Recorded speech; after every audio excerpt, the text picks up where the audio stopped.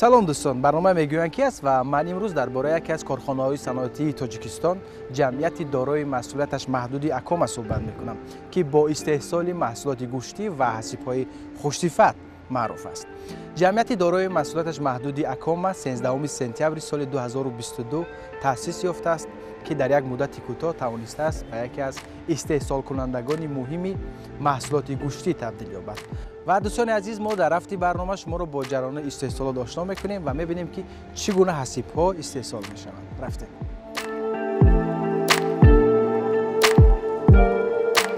ва дӯстони азиз, дар ҷараёни барнома имрӯз моро сардори шуъбаи маркетинги ширкати Акома Нозирҷон Ниёзов ҳамроҳӣ мекунанд. дуруд ба шумо. Хуб ҳастед? Ташаккур. Хуб, ман мехоҳам ки дар ибтидои барнома якам маълумоти муқаддимавӣ дар бораи ширкат барои бинандаи телевизиони Сафина диҳед. Умуман корхона раванди истеҳсолаш чӣ гуна аст? раванди истеҳсолот дар ширкати Акома, корхонаи истеҳсоли ҳасибҳои Акома аз чанд марҳила иборат аст. аз қабули маҳсулоти ашёи хом, омода намудани маҳсулот, тартиб ва ҷобаҷогузории ашёи хоме ки дар маҳсулоти тайёршуда истифода мешавад ва дар ниҳоят маҳсулоти тайёр, яъне маҳсулоти омодашуда. аз чӣ шурӯъ мекунем сайри худро? мерем аз ин ки масалан як корманди мо имрӯз ки ба коргоҳ ҳозир шуд, субҳ корро аз чӣ шурӯъ мекунад, ба чӣ анҷом медиҳад, яъне дар ҳамин раванди як рӯзи корӣ чӣ корҳоро ба анҷом мерасонад. марҳамат. вақте ки кор ҳозир шуд, аввалин коре ки мекунад, баъд аз шустушӯи дасту панҷае ки омада либос иваз мекунад. ҳатман либоси ба талаботи санитарӣ ҷавобгӯ ва шуста тозашуда ба бар мекунад пеш аз он ки ба дохили истеҳсолот ворид шавад. либосҳо иборатанд асосан аз халати сафеди тоза, аз рӯпӯш, сарпӯш, дастпӯшак. ин чизҳое ҳастанд ки ҳама рӯза нав карда мешаванд. ҳар лаҳзае ки ҳар маротибае ки вориди истеҳсолот мешавад, аз нав пӯшида мешавад. хуб бачаҳо, марҳамат, шумо хилат пӯшед.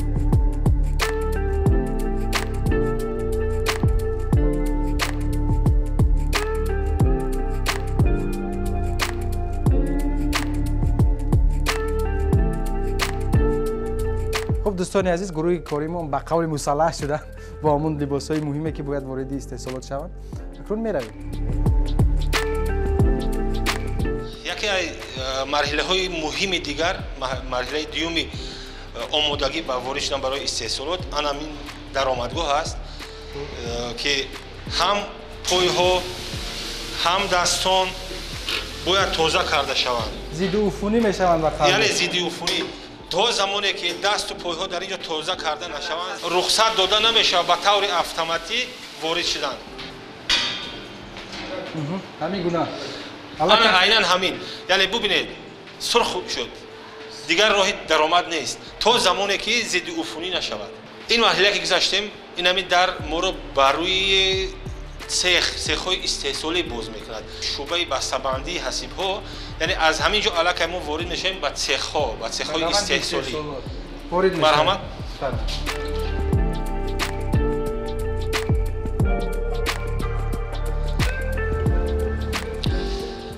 яке аз марҳилаҳои асосии истеҳсоли ҳасиб омода намудани маҳсулоти ашёи хом ё маҳсулоти аввалие ки барои он истифода мешавад. дар ин утоқи корӣ ҳамин раванди омодакунии маҳсулот, яъне гӯшт барои ҳасиб омода карда мешавад. тамоми ҷузъиёт ё раванди истеҳсолотро сартехнологи мо Светлана Валериевна шарҳ медиҳад ки кор аз куҷо шурӯъ мешавад ва чӣ гуна раванд ҳамин марҳилаи раванди истеҳсоли ҳасиб тай карда мешавад. Марҳамат. Светлана. Начало производственного процесса в мясном цехе всегда начинается с обвалки. То есть вот есть сырье. Мы обваливаем, сами покупаем курицу и говядину, баранина, конина. Это все используется у нас на производстве. В данный момент обваливаем курицу. Здесь мы отделяем на копчение крылья, ножки, шкура, все это идет отдельно. То есть потом это все уже идет, готовится продукция. Вот это вот бедро идет, это мясо бедра будет, которое используем в колбасу, в копченую в основном, потому что оно дает плотность, вкус, сочность. либоси кормандон тафовут дорад, масалан оҳан дорад, Да. сахтар аст. Обвальщик должен обязательно соблюдать технику безопасности, потому что это очень сложная и опасная работа. Очень легко порезать руки и также, поэтому все перчатки у них используются кольчужные. Вот. Это металл, сцепление, которое не дает порезать, и передник так же само. Все это должно соблюдаться строго, так как травмы бывают довольно опасные. Потом это мясо у нас идет на заготовку, на колбасу. Здесь мы уже подготавливаем, дальше идем на мясорубки. Дальше процесс идет поступления мяса с обвалки на производство, непосредственно на изготовление колбасы. Поэтому вот используется большая мясорубка, на которой это все прокручивается, измельчается на фарш. Это фарш. Здесь это фарш, да. Здесь Куриный? у нас, да, это шкурка, это филе. Вот здесь бараний жир, да, баранина идет. Вот, все это собирается по каждой рецептуре, отвешивается непосредственно уже по весу, так как составляются и специи, и мясо, все собирается по весу. Люди получают рецептуру, по которой составляется, каждая колбаса имеет свою рецептуру, свои специи, свои закладки по мясу, все, что мы используем. Ребята собирают здесь то, что нужно, допустим, вот колбаса у нас сливочная производится. Здесь у нас входит в состав говядина второго сорта, это филе куриное, жир, это думба. Поэтому здесь мы собираем по весу все и направляем в машинный зал. Там непосредственно изготавливаем фарш мелкоизмельченный на кутерах, там, где идет высокая скорость ножей.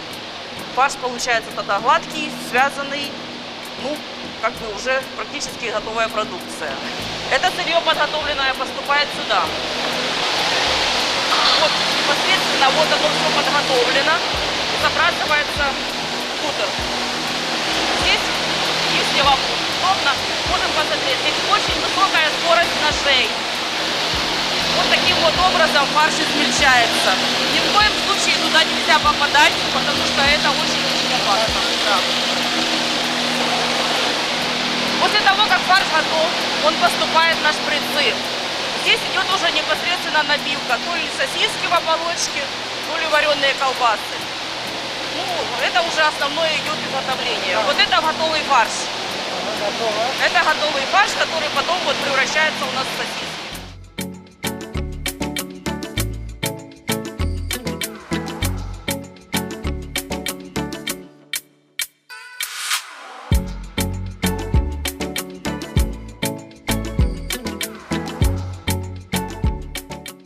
Это вареные колбасы, да, это еще все сырое.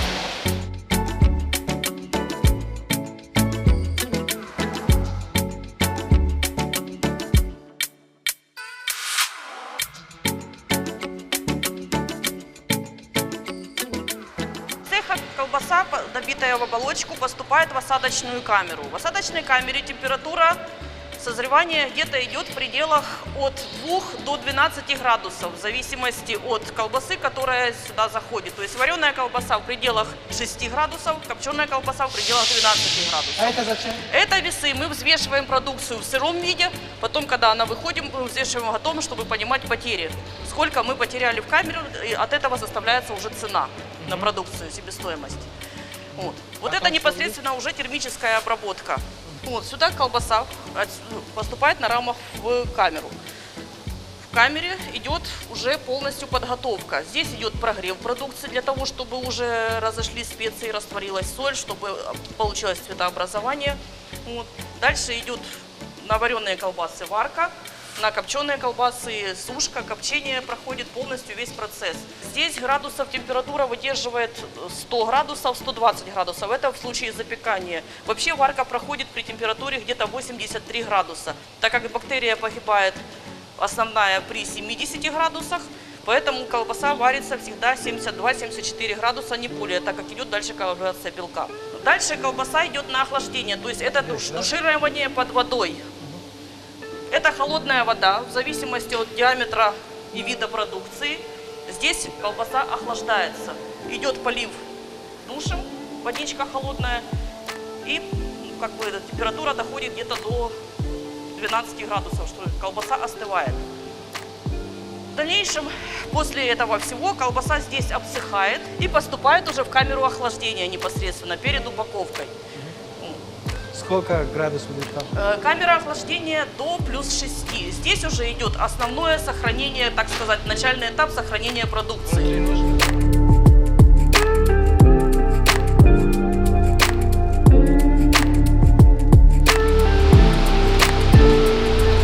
Здесь колбаса охлаждается.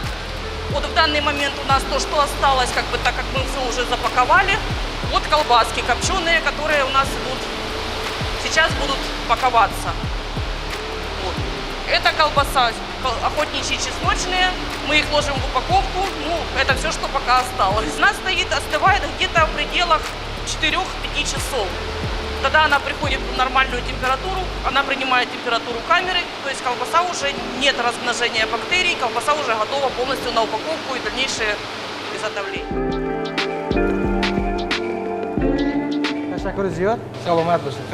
Да, хорошо. Была рада знакомству. Всегда приходите к нам, покупайте нашу продукцию. У нас все всегда в порядке. Всем спасибо. Да, до свидания.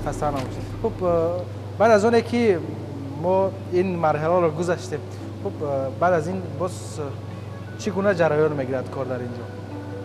مرحله نوبتی مرحله آماده سازی برای برآوردن به بازار که در نوبت خود چند مرحله دیگر رو فرا میگیرد.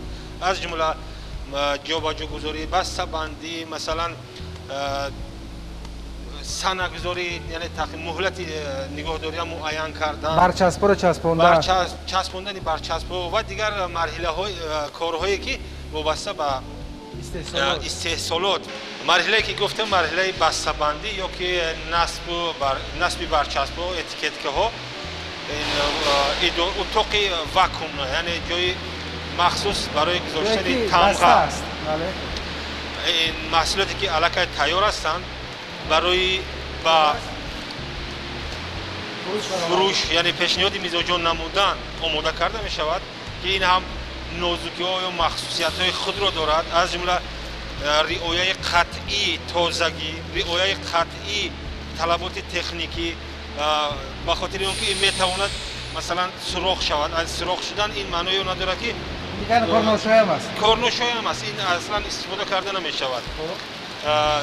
بغیر از آنه که مثلا خود اینها هم بسته‌بندی شده هستند، باز دوباره بسته‌بندی میشن از بالایی؟ بله، این از جهت هم سانیتری، هم از جهت تکنیکی، هم از جهت استاندارد جهانی صفات مطابقت مثلا همین است. بعداً توسط دستگاه مخصوص که واکوم میگیم به همین شکل آورده میشوند. یعنی ببینید یگان خالگی یگان چی ندارد. یعنی باید همین گونه بسیار مستحکم باشد، باید چیده باشد. بعد از اونی که محصولات آماده شد به همین شکل که میبینید برای صنایع استحصال یعنی تمغه گذاری، صنعه گذاری به اتاق دیگر گذرانده میشود که از ما میگذریم.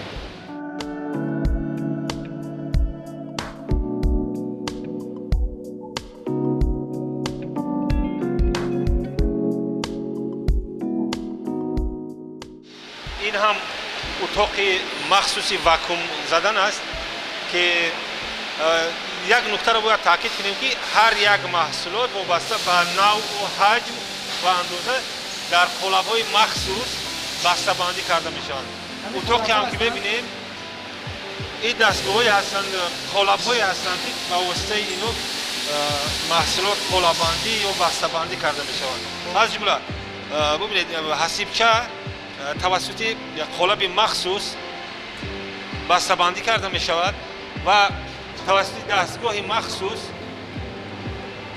از این طرف در شکل محصولات آماده شده، یعنی تیار. این حسیب برای کودکان است. حسیب کودکان، حسیبچه‌های کودکانه‌ای که مثلا از شیر و قایماق آماده می شوند و مزه و لذت مخصوص برای کودکان پیش بینی کرده شده است. گروه محصولات حسیبی اتاق الوهیده گروه محصولات حسیبچه‌ها الوهیده اونهایی که مثلا طلبات مخصوص دارن وابسته به شکل و حجم در اتاق‌های الوهیده بسته‌بندی کرده میشوند. یعنی چنین دستگاه‌هایی که برای مخصوص بسته‌بندی پیش بینی شدن در چند اتاق گذاشته شدن.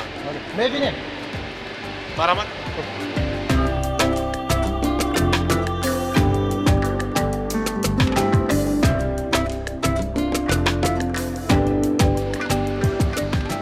فرخات میدونی که شرکت اکوما همه وقت تلاش کرده است که به صفت محصولات دقت اولین درجه دهد، با مطابقت اون، با صفت اون، با تازگی همونطوری که در داخل دیدیم توجهی اولین درجه روانه کرده شد. ما برای این هم متخصصان مخصوص داریم که به واسطه با صفت محصولات با استانداردهای اون نظارت میکنن، در حال مثلا مطابق بودن اون رو پیشنهاد مزاجم کردن. یعنی اجازه داده میشه. اجازه متخصصی ورزیده خورشید عطایف که مسئول همین کارها هستند حالا شرح میدن که چی کارها رو برای صفت محصولات برای مطابقت اون به انجام میرسونن. درود باشید. خوب است کارتون خوبه. خب حالا کدام بخش کار در اینجا رفته است؟ این حال ما در سیخ بسته‌بندی قرار داریم. اویدی با تمغه‌گذاری کردن نوشتجات روز استحصال در اینجا کارها انجام داده می شود. باید تذکر داد که کارمندان جمعیت دارای مسئولیت محسوس اکوما پیوسته بر آن کوشش میکنیم که صفت محصولات ما در مد اول میستند. خب برای این چی کار میکنید؟ با مقصد من با صفت محصولات برآوردن این حال ما متخصص را از روسیه دعوت کردیم تکنولوژ و این حال باز متخصص دیگه از قرقیزستان با ما تشریف می از روسیه، از ازبکستان، قرقیزستان و اینچنین از دولت پولشا با قربی در ما در مهمانی بودن. دستگاهتون از کجا وارد می شود؟ دستگاه ما استحصال روسیه، آلمان و بیشتر از آلمان دستگاه ما وارد کرده شدن. اینچنین کوتر از دولت پولشا میباشه، استحصال پولشا دستگاه حاضر زمان با تمام تکنولوژی حاضر زمان جوابگو میباشند. خب این دستگاه چی دستگاه است؟ چیکار میکنید؟ دستگاه برای گذاشتن تمغه رو روز استحصالات. من حاضر ما همجا توسط من همین تکنولوژی حاضر زمانه که من از روز نقطه نظر فوتو افکت میگن من همجا وقت که وارد کرده میشود من این لامپوچکا اینفورماسیون را با این مدیت از اینجا رنگ پریده تاریخ همه روز گذاشته میشه. من علاقه سنه استحصال من در بالای حسیبچه‌ها گذاشته میشود. این مخصوص از اون جای دوره کرده؟ از این جای دوره کرده میشود. من تمغه‌گذاری کردن تاریخ روز گذاشته میشود و از اینجا با واسطه من همه اسباب گذاشته میشود. علاقه رنگ ما محصولاتای من همه حسیبچه‌ها رو در دو حالت، هم در حالت خنک کرده شده و هم در حالت یخ کرده شده با فروش میبریم. در حالت یخ کرده شده در حرارت مینوس 8 گرادوس نگاه داشته می شود، مینوس تا 14 دقیقه منفی 14 گرادوس درجه تا 6 ماه نگاه داشته می شود. اما محصولات در حالت خنک کرده شده باشد در حرارت تا 8 گرادوس مثبت تو 30 روزه نگاه داشته میشه. اجازه است برای هر نفری که مثلا از این محصول استفاده کنه باید همین قاعده‌ها رو رعایت کنه. قاعده‌ها رو حتما رعایت کنند. ما بار دیگه تکرار میکنیم که ما در دو حالت حالا ما این رو استحصال میکنیم و برای یخ کردن و سردخونه میفرستیم. در طول 4 ساعت یخ کرده میشود. ثانی بعد با انبار نگهداری و با فروش برده میشه. خب تشکر.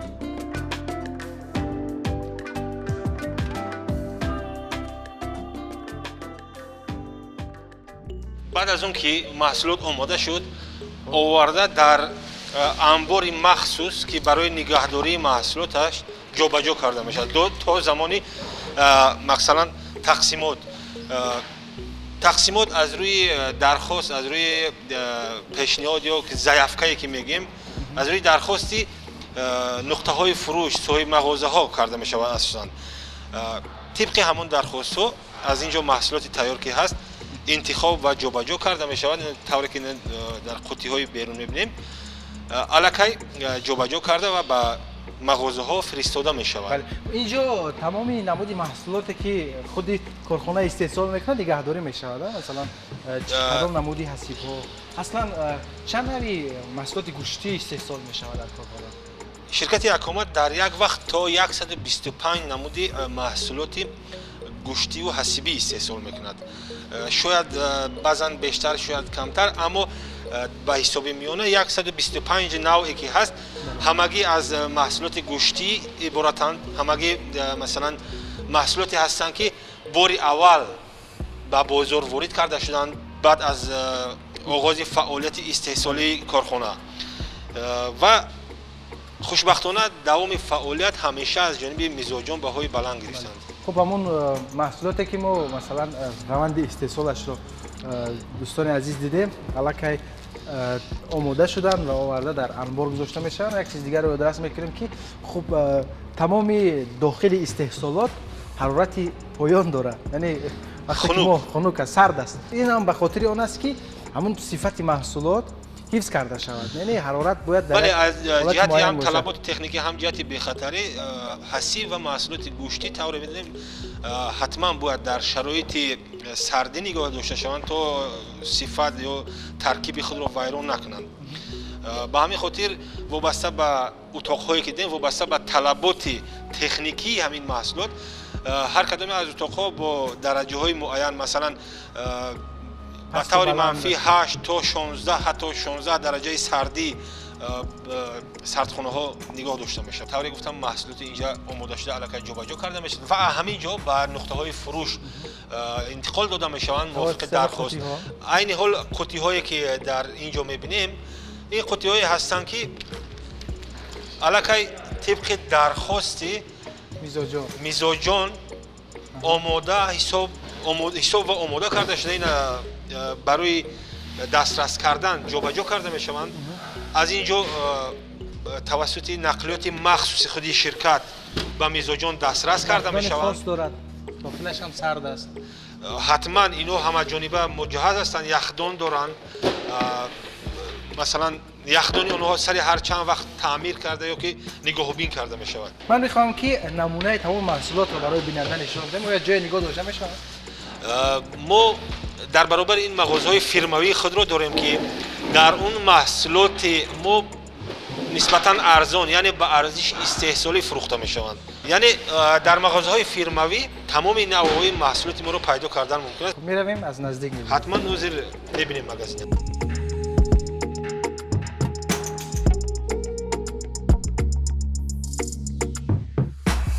این مغازه فرموی ما که به واسطه پیش کارخانه است تمام نمود محصولات گوشتی و حسیبی که ما استحصال میکنیم در اینجا پیدا کردن ممکن است. یکی از برتریت‌های همین شرکت شما است که از گوشتی قطوس شما حسیب استحصال می‌کنید. بله. تا این وقت نبود این چیز در تاجیکستان. بله ما الکی استحصال کردیم سال جاری زیاده از 5 نوع محصولات حسیبی تنها از گوشت قطوس که بار اول در تاجیکستان است. یکی از نمونه‌های محصولات استحصال کرده ما همین است. الکی در دو نمایشگاه بین المللی اشتراک کرده است از جایهای خوب هم شدیم و یعنی هم از لحاظی برای تماشابینان جالب بودن هم از لحاظی همچون محصولات نو بودن در بازار تاجیکستان باری اول است. به خاطر اینکه تا این زمان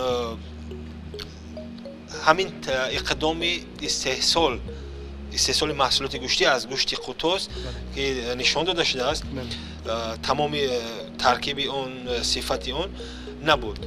خب بسیار عالی، واقعا خیلی عالی بود و ما هم یک سری جالب داشتیم با کارگاه شما با یک روند استحصالات از نزدیک دیدیم و حتما که این برنامه برای بیننده هم پسند اومد چون هر نفری که استعمال میکند میخواهد که از روند استحصالات نیز واقف باشد و تشکر خود دیدم واقع شدن واقعا ما لذت بردیم از این سعی.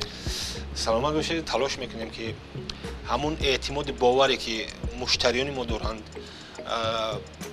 ساکنان کشور هستند همگی، یعنی ما برای اونها فعالیت داریم. تلاش میکنیم که همین اعتماد باوری رو از دست ندیم، بلکه دو چند و سه چند دستیاب باشیم به اینکه محصولات ما، صفت محصولات ما همه وقت جوابگو به خواسته های اونها باشد. تشکر. سلامت باشید. دوستان عزیز، یادآور میشم که این برنامه رو ما از شرکت اکوما پیشنهاد شما کردیم و شما از روند استحصالات واقف شدید، دیدید که چگونه محصولات استحصال می شود و به دست مردم می رسد. باقی به شما روزگاری خوش نمونه داریم تا دیدار دیگر. خیر.